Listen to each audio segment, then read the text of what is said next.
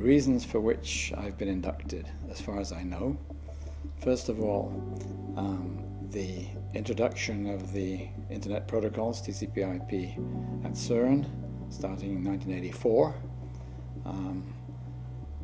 Secondly, teaching Internet, Unix, and distributed computing internationally for many years, starting in 1986.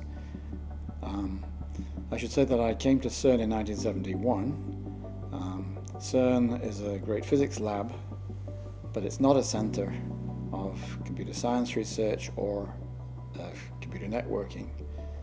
In fact, those activities were quite low priority at CERN, and this had some effect on the difficulty of introducing American new network protocols into a very conservative place.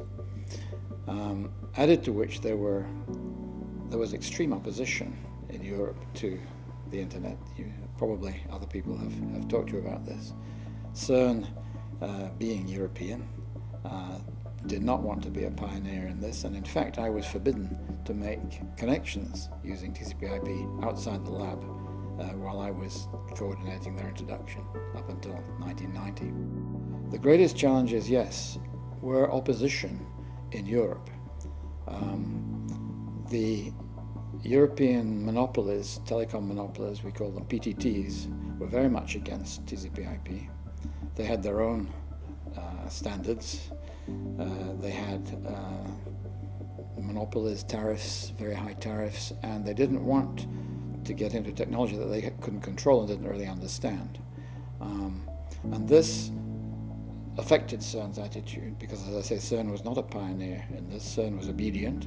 The big member state countries, without exception, were against the Internet, and so they tolerated the introduction of these protocols within the lab because there was an evident need to connect heterogeneous systems in the lab, but they didn't like it.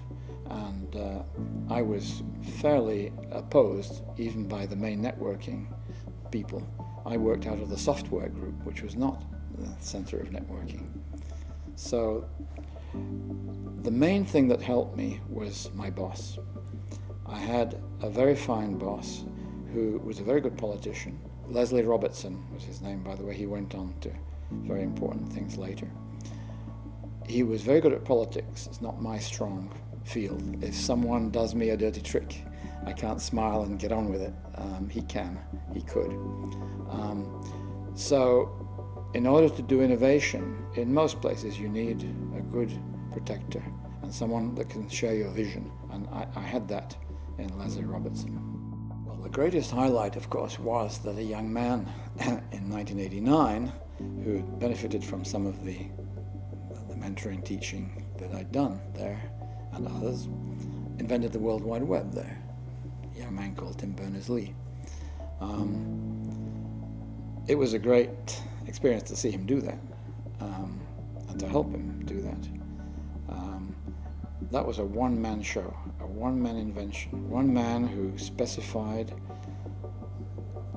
everything about the web, HTML, HTTP, client, server, the whole thing, and implemented it in 3 months.